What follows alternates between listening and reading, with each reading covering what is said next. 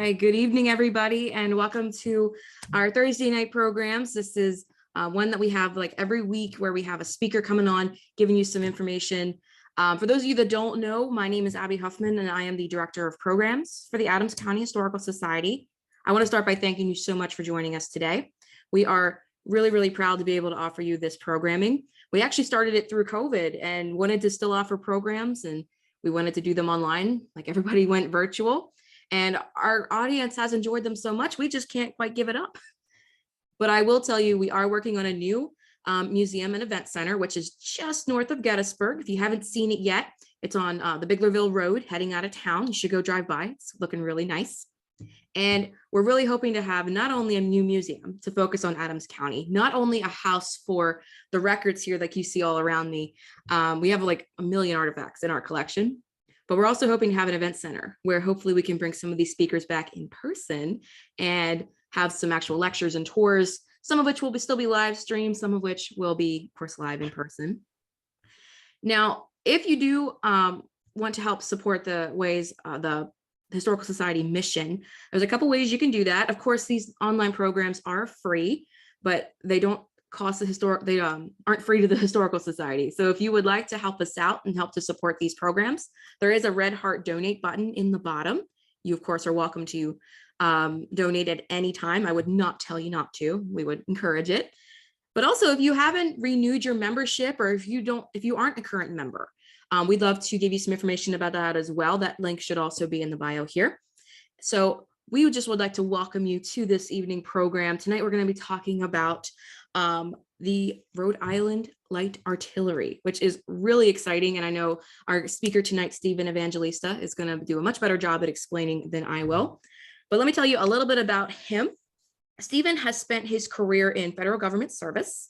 He currently serves as the acting deputy commissioner for policy and research at the Social Security Administration in Baltimore, Maryland, and has been a member of the Senior Executive Service Corps since 2013. He's a graduate of Providence College, as well as having attended the Harvard Extension School. Stephen is multi-talented. Besides being a self-published author, he is also an accomplished musician and singer and songwriter with more than 50 copyrighted musical works, including an original work that is on exhibit at the United States Holocaust Museum in Washington, D.C. Stephen is a living historian and a member of Battery B, 1st Rhode Island Light Artillery. He's a native Rhode Islander who now lives in Eldersburg, Maryland with his wife and 2 children. Tonight, Stephen is here to talk about his new book, Our Story, The Lives and Legacy of Those Who Served in Battery B, 1st Rhode Island Light Artillery. Since its publication, Our Story has been widely received and acclaimed. It has been accepted into the Gettysburg National Park Research Library and has been endorsed and promoted by the Rhode Island Publication Society, us here at the Historical Society, of course, the Heritage Harbor Foundation, and the Rupp House History Center in Gettysburg, Pennsylvania. Our story has also been promoted and featured on numerous programs, including WINY's The Gary Osbury Show, WPRO's The John Laughlin Show, Addressing Gettysburg podcast, and spotlighted on the Rhode Island Veterans Network. If you're interested in purchasing the book, you can order a copy of his book at evangelistabooks.com. 100% of the profits from his book go back to support educational programs supported by the modern day Battery B 1st Rhode Island Light Artillery Incorporated. Stephen, you're making me getting all tongue-tied here, but without further ado, please join me in welcoming Stephen Evangelista tonight. Thank you, Abby, and really appreciate the opportunity to be on the show, and thank you to the Adams County Historical Society. My name is Stephen Evangelista, and my topic this evening is one of the finest artillery batteries that the state of Rhode Island sent to the Civil War, Battery B, 1st Rhode Island Light Artillery. And my objective is to have you finish this program feeling as if you knew these men personally. But before I can talk about Battery B and the individuals who served in it, it's important to point out up front really just how hard it is to convey the depth and the detail about an event as cataclysmic as the American Civil War, and even more difficult to fully understand what it must have felt like for those who found themselves living during this extraordinary time. When we talk about the Civil War, I'm always amazed at how people feel as though it took place so long ago. I think part of the challenge that we face today is that our culture is really sort of just focused on the internet and drive-throughs and Amazon's 24-hour delivery. Everything is about the now. It's about the present. Everything is instant. And it makes history feel so long ago. And even though the Civil War was the most defining moment in our American history, I find that people seem to have a hard time relating to it. So one of the things that's really important to point out up front, but very difficult, is to convey that the people who lived during the American Civil War, during that extraordinary time, they were ordinary people. They were not some peculiar species who lived eons ago. They were real people just like us. But we don't see them that way because what we usually see is a black and white faded photograph, one-dimensional, fixed. But when you look into their eyes, what do you see?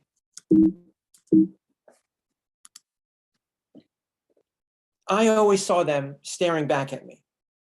Across the miles of history, these individuals are yearning to tell us about their lives. If only we could surpass one common misconception, that is that we are somehow different from them. And I'm here to tell you tonight that we're not. These soldiers were everyday people. During the research for this book, I spent a lot of time poring through original source material. And I remember reading some of the soldiers' letters and feeling their longing for family, their sadness, the fatigue, and the sacrifice. And it's changed the way that I see the Civil War and how I think about it. And it helped me to see that there's really no way to fully understand or deeply appreciate the Civil War purely from a collective perspective. At this level, it's all just facts and sort of grim statistics. To understand this epic struggle, we need to somehow strip away all the technical verbiage of corps and divisions and brigades. And we need to somehow get past the major generals and the maps. All these are important to understand, but they don't elicit feeling. And to really appreciate the soldiers' experience, we need to know them at an individual level. We need to reach back in time and meet these individuals in their own space. And when we get there, we find them looking back at us, waiting for us to ask the question, what is your story? And their stories are more than just the stories of the Civil War as we know it. Theirs are the stories of longing, of loss, of love, and their stories hold feelings that we don't find in the history books. And most importantly, their stories keep them alive, and in some ways, make them immortal. So tonight, you and I will bring these men back to life by the mere act of telling their story. And in the process, you will come to know them not just as a man in a blue uniform, but as familiar people like you and I. So let me take you back in time for a moment to introduce Battery B. On a hot Tuesday afternoon, August 13th, 1861, 139 bright-eyed young men enlisted in Battery B, 1st Rhode Island Light Artillery, at the Benefit Street Arsenal in Providence, Rhode Island. And that night, when the sun set on Providence, it also set on their old lives. To us today, the names of the battles that they were in sound familiar, but to them, it would conjure up very different feelings and memories. The battery was engaged in every major battle fought by the principal army of the Union Army, the Army of the Potomac. And Battery B was baptized at Ball's Bluff. They fought through the Peninsula Campaign. They were at Antietam. They were conspicuous at Fredericksburg, where they were sent within 200 yards of the famous sunken Rhode under murderous fire. They were glorious at Gettysburg, where their Gettysburg gun became the first relic of the Civil War. They fired the opening gun at Bristow Station. They entered upon the hardest of ordeals, the campaigns from the Wilderness to Cold Harbor, where constant fighting and loss of men and horses were unequaled. Then they went on to Petersburg. They were nearly annihilated at Reams Station. And finally, they arrived at Appomattox, where the surrender flag of the Confederate Army was lowered to pass under the battery's guidon. When the war was over, one battery member was declared missing, 24 captured, 51 wounded, and 29 would die in service. Of the original 139 men that enlisted, only 17 would be mustered out with the battery in June of 1865. They were all ages, from the youngest, a recorded 16 years old, to those well into their 40s. Many were 19 years or younger, while the majority were in their 20s. And while these numbers are informative, they're just numbers. They only help to quantify, not qualify. So who were these individuals who made up Battery B? What were their beliefs and their dreams, their fears? Where did they come from? Why did they enlist? And whatever happened to them?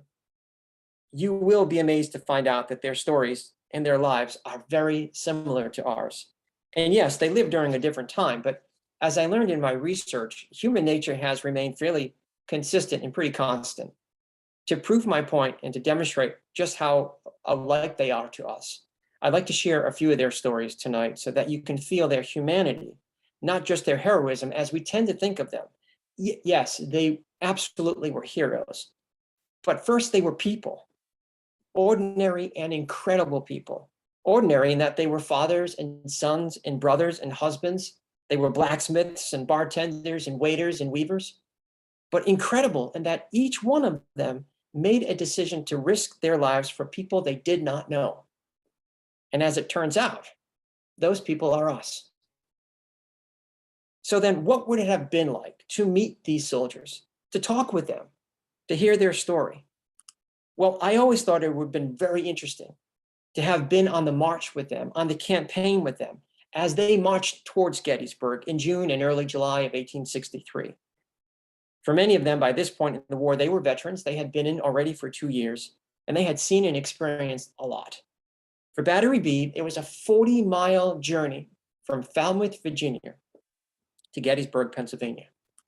And had we awoke at 2 o'clock in the morning with them on July 2nd, 1863, when they made the last of the 8 miles of that journey towards Gettysburg, we would have likely met up with this young man, Henry Hosea Ballou. Henry had just celebrated his 18th birthday a day before the attack on Fort Sumter in April of 1861. And to give you an idea of what that must have felt like for people at that time, imagine an event like Pearl Harbor or 9/11. It was an attack, and everybody knew that life would never be the same. So at 18 years old, Henry enlisted in the Union Artillery just 4 months after his 18th birthday.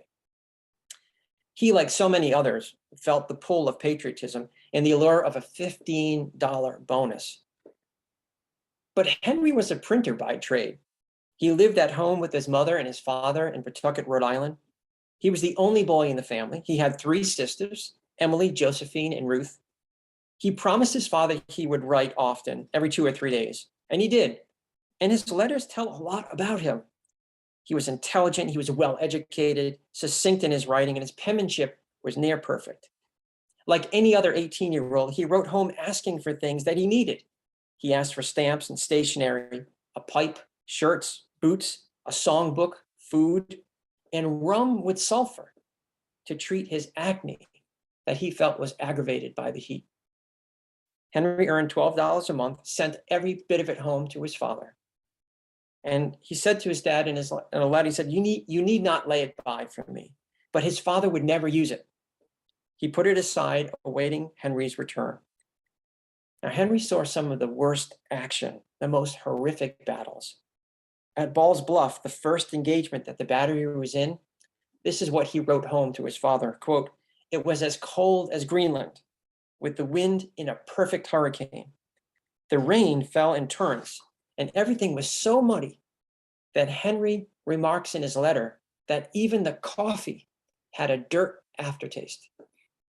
In May of 1862, he wrote that he wished to be home soon. In fact, he told his father that he hoped to be home by the next 4th of July.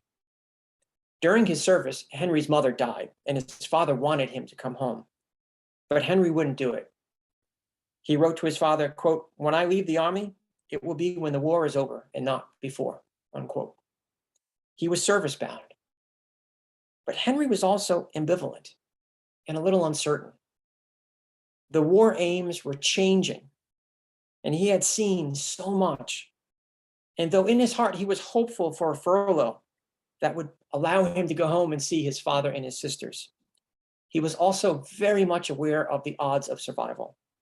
And all of this was in his mind as he made his way towards Gettysburg in July of 1863. Now, marching alongside Ballou was this man, David Burlingame King.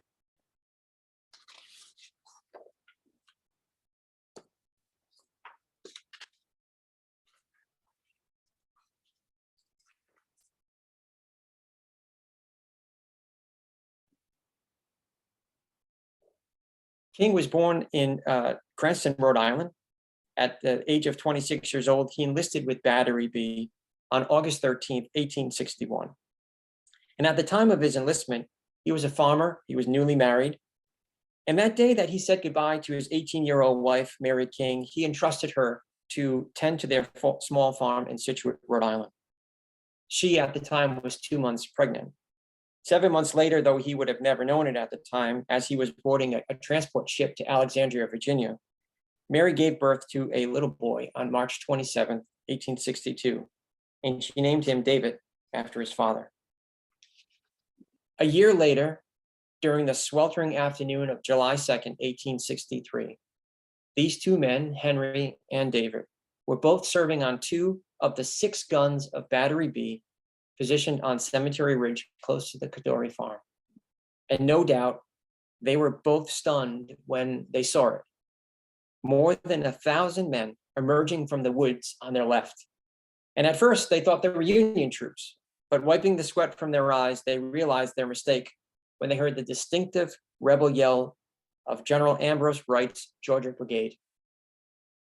The battery was now badly exposed and under concentrated fire, and Battery B began firing double canister rounds at point-blank range at the advancing enemy. But it was way too late. Amidst the confusion, the battery was ordered to limber to the rear, began moving their 6 guns off the field, and they struggled to move these massive 6 pieces back through a narrow opening in a stone wall and seek cover. Within minutes, several horses were killed, and the gun crews were forced to abandon some of their guns. But the gun crew of the battery's 4th gun remained in place, determined to fire one last round, and helping to fire that round was David King. Brave, hot, and under intense pressure, King would not budge from the field until the gun was successfully fired. After the round went off, the men were ordered to look out for themselves, take cover, but it would not be easy. Confederate soldiers were everywhere, and one of those rebel soldiers leveled his rifle at King and fired. King would have felt the searing pain and dropped to the ground. His death, unfortunately, was not a quick one. He gasped for breath for several moments before dying in the sweltering heat. Now, Ballou witnessed King's death, but there was not much he could do. Atop of his horse, he was shouting orders to get his men back behind the stone wall. And at that very moment, a bullet would pierce his torso. Now, his fellow cannoneers witnessed him falling from his horse, dragged him from the field, and somehow got him to a medical triage station behind the Union lines. There he would linger for 2 days and 2 nights, until on July 4th, the day he had hoped to be home, he died. The news traveled rather quickly back to Rhode Island and to his father. And his father was distraught and inconsolable. His father sent a friend to Gettysburg to retrieve the body of his son, but in the aftermath of the battle, Henry's body could not be immediately found, and the friend returned to Providence empty-handed and brokenhearted. However, the battery's service at Gettysburg was far from over on July 2nd.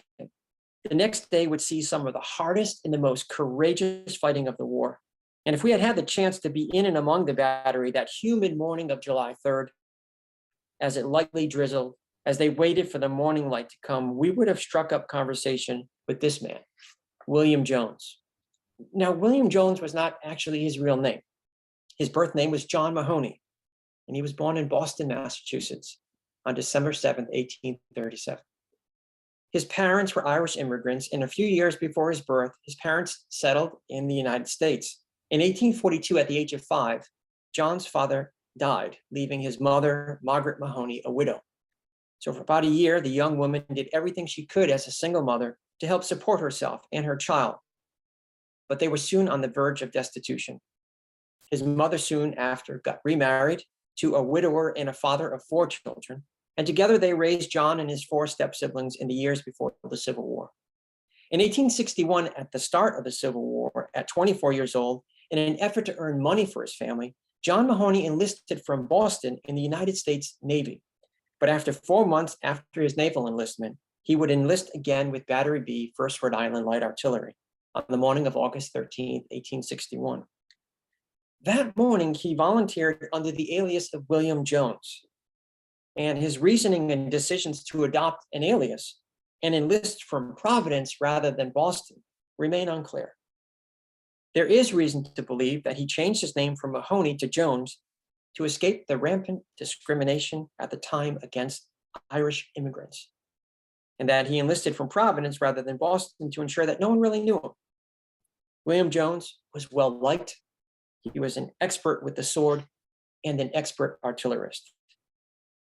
But he likely would have not shared any of that with us that morning if we were with him.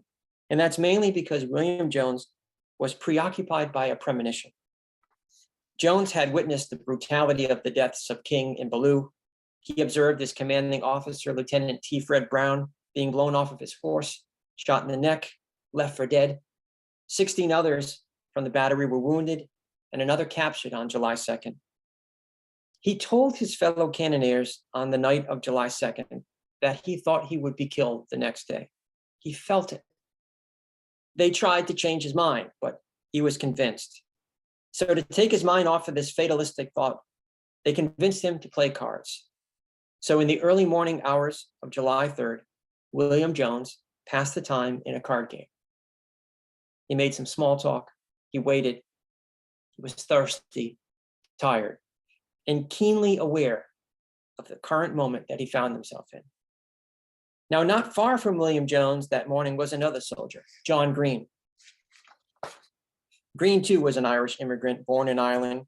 He came to the United States sometime before the age of 20. He and his wife, Joanna, were Roman Catholic. They had 4 children, including a set of twin boys, and they lived in Chicopee, Massachusetts. But in June of 1860, they left Massachusetts because of an epidemic where widespread disease was out of control. They later moved to Rhode Island. And 2 days before the birth of his son Daniel, and just 4 days before his 10th wedding anniversary, John Green would say goodbye to his wife and his children and join the Union cause with Battery B on February 13th, 1862. His friends described him as, quote, a sturdy Irishman. He was brave, unflappable, and quite resilient. He'd been wounded at Malvern Hill, but instead of being scared, he was actually angry and determined to fight. But behind this exterior, he was also worried. And that's because a few months before Gettysburg, he wrote to his wife, and I'd like to share an excerpt from his letter. He writes, quote, "My pen in hand to let you know that I am well and hope to find you enjoying the same blessing.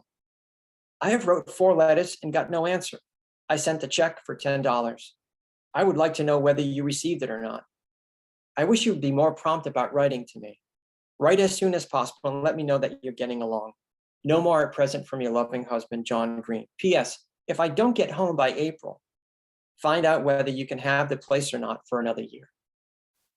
So despite the dreadful conditions and the cold weather, the lack of food and supplies, John Green was more concerned that he hadn't heard from his wife, more concerned to know whether or not she got the money he sent, and of course, concerned about extending the apartment lease for another year.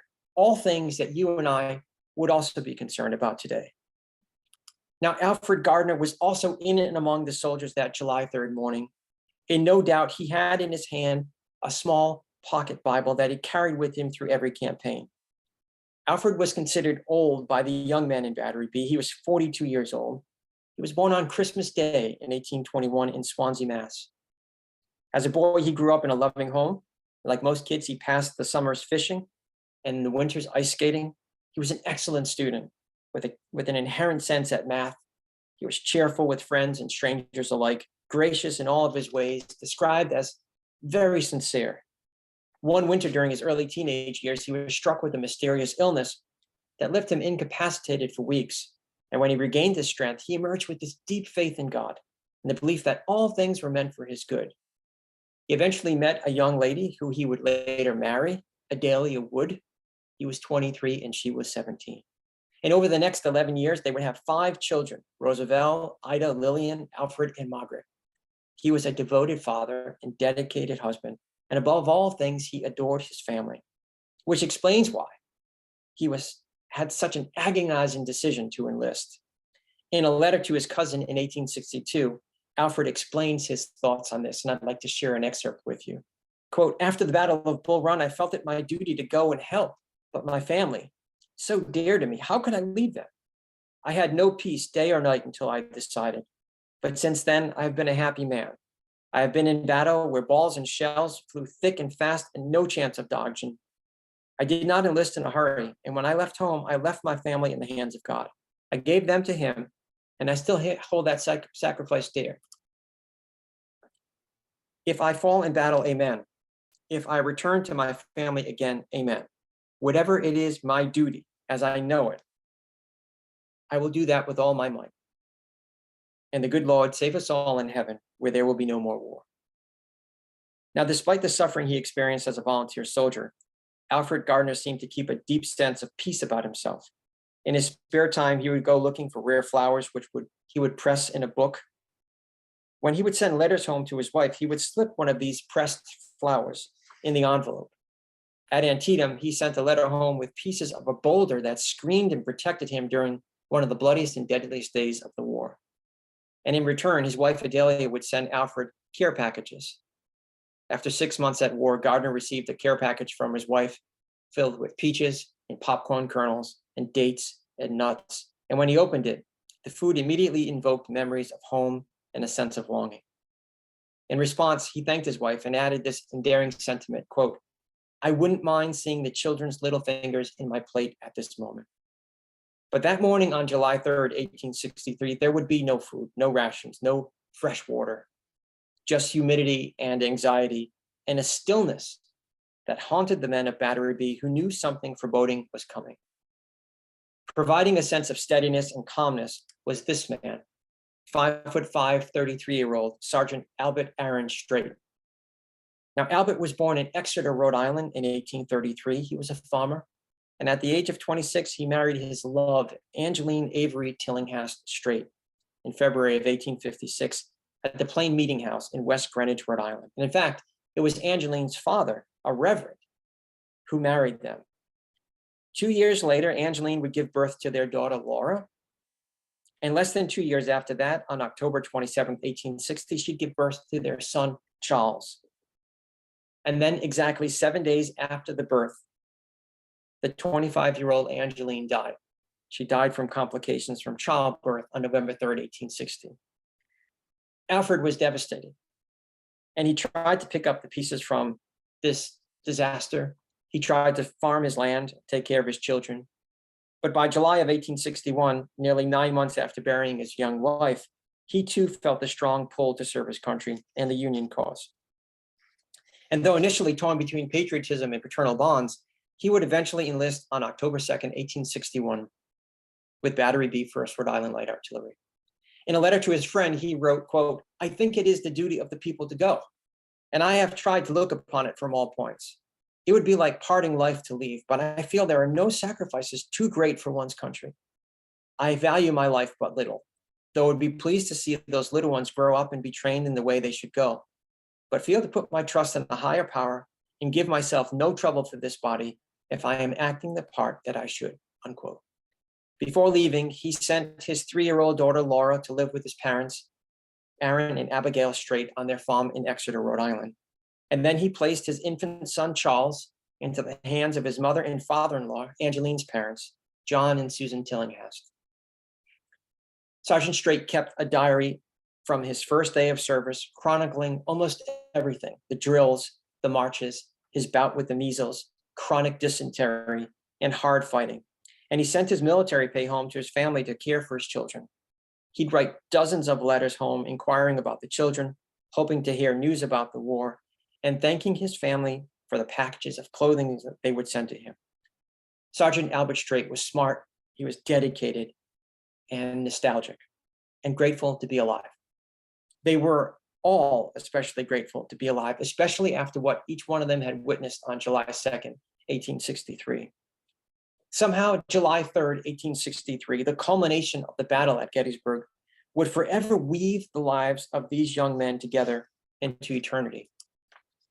It was shortly after 1 o'clock on the afternoon of Friday, July 3rd, when the Confederate artillery preceding Pickett's charge began blasting the Union cannoneers on Cemetery Ridge. Sergeant Strait was in command of the battery's 4th gun, anchored along Cemetery Ridge. In the 85-degree heat and humidity, he quickly surveyed his gun crew. positioned next to a clump of trees in the center of the Union battle line. Through the smoke and the dust, he could see his tent mate and best friend, Alfred Gardner, who had taken up the number 2 position on the gun and stood ready to place another shot in the muzzle. Standing opposite Private Gardner was William Jones, who had just stepped into the number 1 position, relieving a fellow cannoneer, Bob Wilkinson. Strait then glanced over at John Green, with lanyard in hand, waiting anxiously as the number 4 man to fire the gun once the shot was in place. Both armies were now locked in the largest artillery duel of the entire Civil War. And with no way to dodge the incoming missiles of death, Albert and his gun crew, Jones and Green and Gardner, were taking a pounding. Several men had already been wounded, numerous horses killed. Thick smoke covered the field, and it would have been very, very difficult to see. But through that smoke, a mile away from Battery B's position, a Confederate gun crew would fire their field piece. Their gun would ignite, and a shell would burst forth from its mouth. And that shell would directly strike the muzzle of Strait's gun and explode.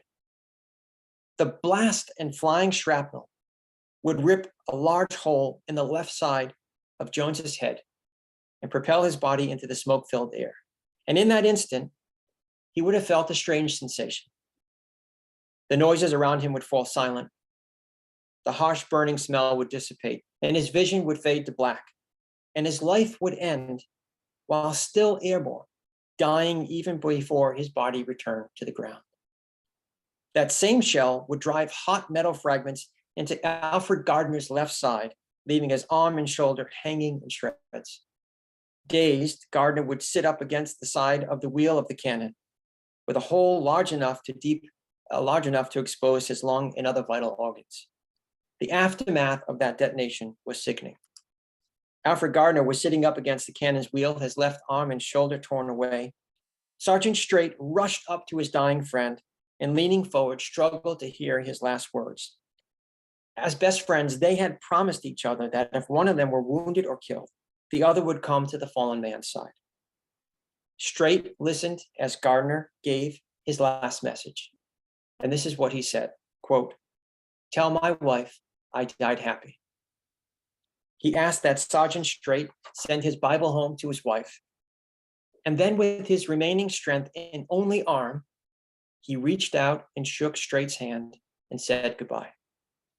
And with narrowing vision and blood loss and massive internal damage, Alfred Gardner spent the last 2 minutes of his life much in the same way he had spent the last 41 years, in prayer. Gardner, who others referred to as, quote, the Christian soldier, could be heard praying by those who witnessed his death, even as the cannons were roaring around him. Gardner shouted, "Glory to God, Alleluia, I am happy, Amen." And he took his last breath around 2:30 p.m., just as Pickett's men were assembling in the most unnerving silence for their grand ground assault. In disbelief of the sudden death of his friend, Sergeant Strait shot up and leaped to the front of the cannon in an attempt to reload it. Strait grabbed the solid shot, ripped it off the sabot, threw the powder bag down the tube, and then tried to ram the solid ball down the gun's intensely hot barrel. Strait swung the rammer, trying to force the projectile down the gun's barrel. Officers shouted for someone to grab an axe from the caisson so Strait could hit the ball and force it down the throat of the cannon. But just as Strait was striking the target with his axe, another shell made a direct hit on the battered gun, knocking out a spoke, raising the gun on one side, and wounding the number 4 man, the sturdy Irishman, John Green. The battery was nearly ruined, its ammunition virtually expended. And in addition to the enemy shells that struck Strait's gun, there were more than 39 bullet holes that riddled the cannon's bloodied and damaged carriage. Battery B was quickly ordered to the rear. But Confederate officers on the other side of the field were able to witness Battery B's withdrawal from the field. And at the same time, Federal artillery fire began to slacken and fade away. The battery's withdrawal to the rear had a dramatic effect, even though they were out of commission. Confederate generals thought that the Union line was pulling back. and they were conceived that the time had come to launch Pickett's charge. That solid shot, being forever fused in the bore of the gun, was the catalyst that triggered Pickett's charge. Now, when the attack ceased later in the afternoon, Strait went back to the bloody battlefield, and he requested that another comrade, Calvin Macomber, retrieve the small Bible from Gardner's pocket. The next morning, in a drenching rainstorm, Strait went back again to the field with a detachment of men to bury the dead. Strait glanced over at the body of Alfred Gardner, his once kind and gentle face, now bluish purple. His eyes were wide open, staring up as if in a final lamenting plea to the heavens. The corpse of William Jones lay in a tangled and twisted heap in the wet grass. And in a letter to his brother John, Strait wrote about this whole experience. He said, quote, "Alfred Gardner's arm and shoulder shot away, and this same shot took the head off of another man, William Jones. I was literally covered with blood and brains, but still unharmed. I have many reasons to thank the Almighty," unquote. Strait did all he could to give them both a decent burial. He wrapped them in a red woolen blanket and buried them in the same grave near a stone wall where they fell. And he marked their names on a piece of wood along with the designation of Battery B, 1st Rhode Island. 13 days later, on July 16, 1863, alone and unaccompanied, John Green would die in a makeshift field hospital as a result of the wounds that he received during battle. That same day, Sergeant Strait would take up a pen and write to Mrs. Adelia Gardner, telling her that her husband had been killed. He told her that he had died happy and enclosed the Bible as requested. In the letter, he said that Gardner, quote, "flinched not when the missiles of death flew thick about us," and told the now widowed Adelia where he had buried her husband. 2 weeks later, Gardner's half-brother, John Gardner, arrived at Gettysburg and found his brother's body exactly where Strait had said he had buried it. He took his brother's body out of the makeshift grave and spent the next 11 days carrying his lifeless half-brother back to Swansea, Massachusetts. Alfred Gardner's body arrived at the Swansea homestead on August 8, 1863, exactly a year to the day that Gardner arrived home in his new uniform, proudly announcing to his family that he would enlist. That afternoon, Adelia and her 5 children, ages 5 to 16 years old, placed their father in a grave that he had dug himself just days before he enlisted in 1862. Adelia would later write to Sergeant Strait, thanking him for sending that Bible home. And in her letter, she describes the Bible as, quote, "priceless." It's uncertain when or how it happened, but in the 44 years after his death, Adelia Gardner would have inevitably opened Alfred Gardner's Bible and found the last words he would ever write there in the margin of his Bible, scribbled on July 2nd, 1863, were his final words. And this is what he wrote, quote, "In battery, all ready for action, I am well in body and my mind is clear about the future. The prospect of heaven has cheered me on this march from Falmouth to Pennsylvania. Children, be of good cheer and always do right. This is the wish of your father," unquote.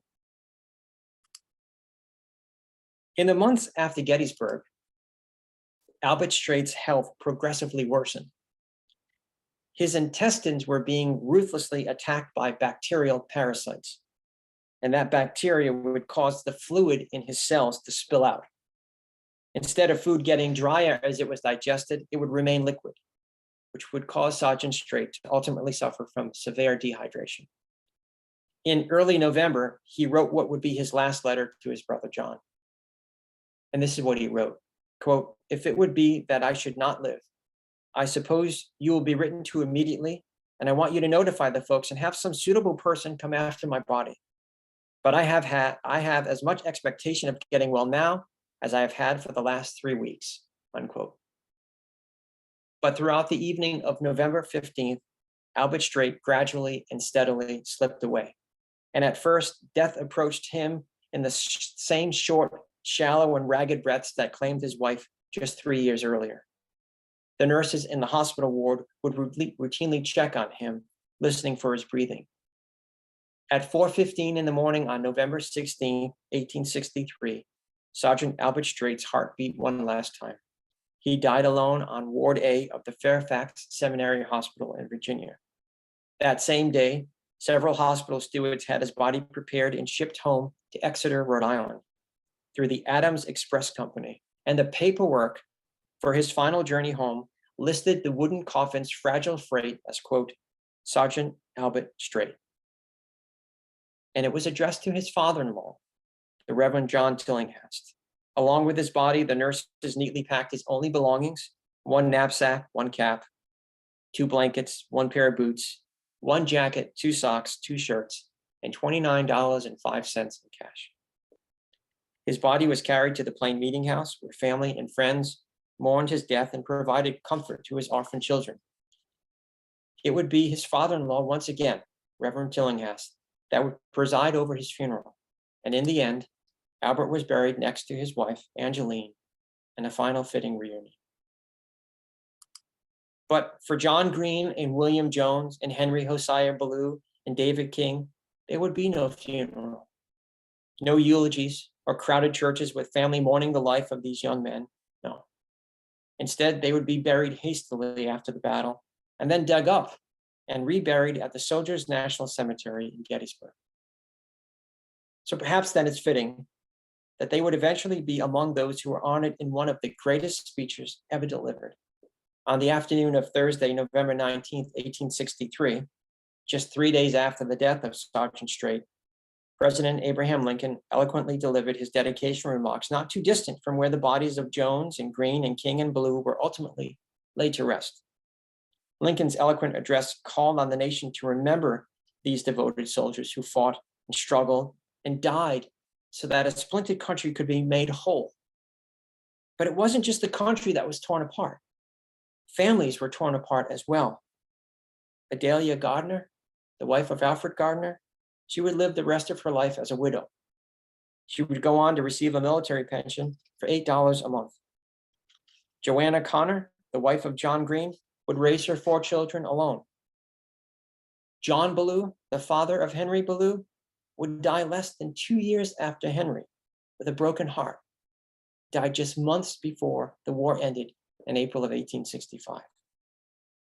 Margaret Nott, the mother of William Jones, she never knew what happened to her son. And that's because she never knew he had changed his name from John Mahoney to William Jones. And it was not until many years after the war that surviving Battery members contacted the elderly woman and let her know the fate of her son. She was living alone.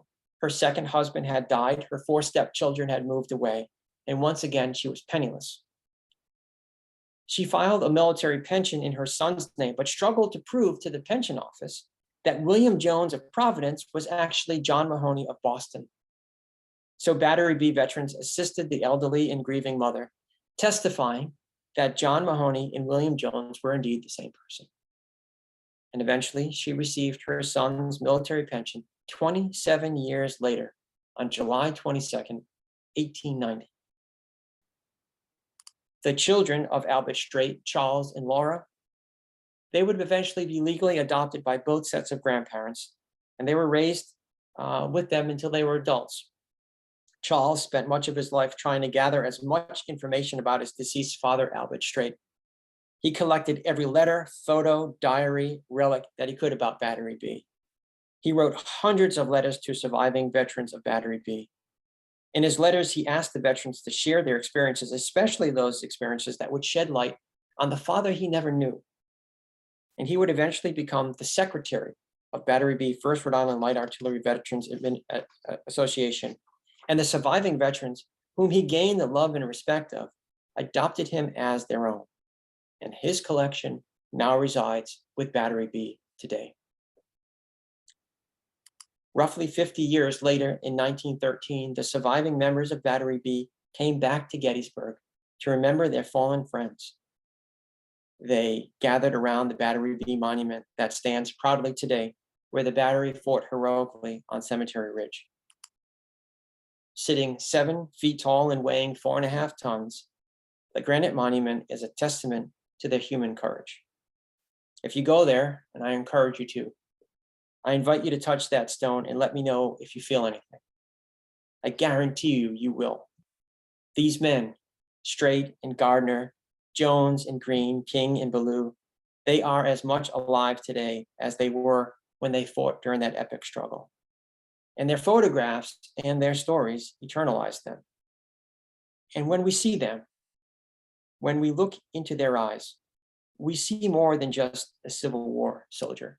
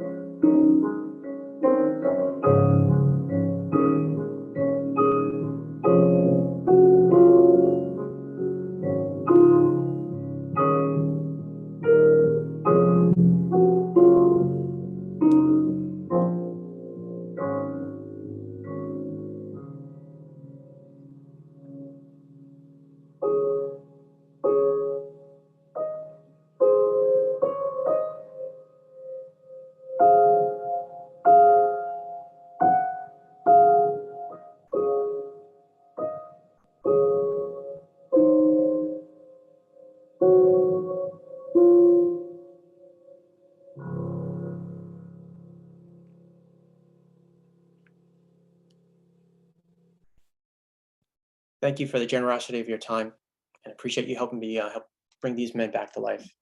Thank you.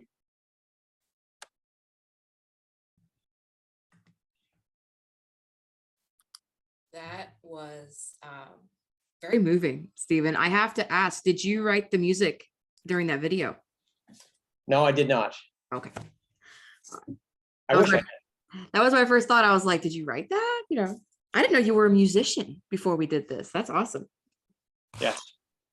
So if you have a few minutes, I do have a couple of questions for you that I've been gathering. I'm sure there's some questions in the chat below, but specifically, I would like to ask, what really drew you to reenacting? How did you find out about the Battery B story? Like what got you started in this journey? It's sort of a funny story. I had come across the Battery was doing like an exhibit, and I was really just fascinated. I had just come across them, and I said, I said to my wife, I really would like to join this unit, and I did. And so this was back in probably around 2001, 2002, and it was just a fascinating thing to be a part of, because Battery B, First Rhode Island Light Artillery, the modern battery today, they pride themselves on being as authentic as possible. And so when we set up a living history display or living history camp, it's like you're stepping back in, to the 19th century. I just always found that fascinating. And I love to be able to portray that period of history so that people can really get a sense of what it was like. And I really wanted people, through reading the book, to understand that even though the time was different and, it happened a bit before you and I were born, people were the same, right? They had the same beliefs and they had the same ideas and dreams. and they were not very different from us. And I just always found that fact very fascinating. Mm-hmm. Yeah, it's I love studying the stories from that time. It's just amazing. My next question is, have you been able to get in contact with any relatives from descendants from Battery B? Yes, in fact, during my research, I did speak with several descendants from the Battery. And in one case, one of the descendants shared with me some of the most extraordinary letters and diary entries and photos. I'm so grateful Mhm. to be able to use those materials to develop the chapters. Some other of the descendants I spent extensive time interviewing. And what was really, I think, amazing was that, they were able to share sort of like family stories about their great grandfather or about their great uncle. And it felt like speaking to them, hearing their voice was almost as if you were hearing the soldier themselves. And they really did have a sense of pride about the service that their, relatives had during the Civil War. So that was really an honor Mhm. to speak with them. I will say that it was very hard to find some of these descendants, but they're out there, and I think there are more of them that we think. And sometimes they have these incredible treasures. Yeah, that's awesome. Being able to find somebody whose family was actually there and get their side of the story. My last question I have is, with Gettysburg it was a very influential battle for many regiments, brigades, batteries.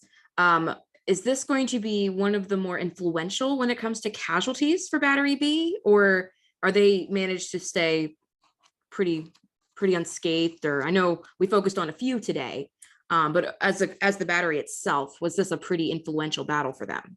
Yeah, this battery, they had some heavy losses. Not only men but horses as well. They definitely suffered pretty severely during Gettysburg.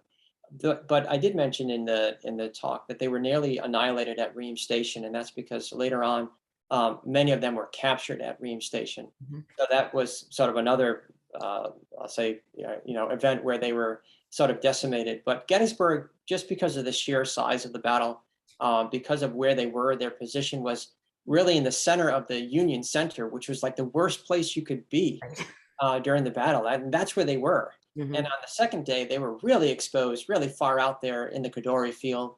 On the third day, they were right next to the copse of trees. And if you ever visit Gettysburg, you know that that's right in the center of the center. And that's where the Confederate artillery were firing. The concentration of their power was right there. And so there's no surprise, right, that they had suffered such casualties. But what makes it really extraordinary is that they stayed there, and they stayed there until they were nearly, taken out. Their ammunition was expended, but they were asked to leave. They were ordered to leave. They didn't retreat on their own. They were told to leave. I just find that story. It's just a great story of bravery and courage. I think we can learn a lot about, or really, take back from what they did then today, and use it as a model. Yeah, absolutely. So first of all, Stephen, thank you so much for your time and for engaging in the questions here. I love getting the back and forth chat with the speaker. I do have to say, what is it, a couple of years ago when we were out in the battlefield, and I got a chance to meet Stephen for the first time, and the guide we were with basically was like, "Oh, hey, you're a reenactor. You want to talk about your battery? We're here on the spot." And I watched him turn around and go, "Okay." And there you went. So obviously you're very good at what you do. Thank you. Yeah. Thank you. So I do want to thank everybody tonight for watching. I hope you enjoyed this presentation as much as I did. See, that's the part of my job. I get to listen to all these speakers, and then I get to engage with them, and it's quite an enjoyable experience. So please, thank you, of course, to those who donated. Please remember to make sure to renew your memberships if you haven't already. It's that part of the year. Everybody's always thinking about that. But I do want to thank you so much for joining. Please join us again next week for another program. And one last time, I would like to thank Stephen Evangelista for joining us tonight and for your presentation. Thank you so much. Thank you, Abby.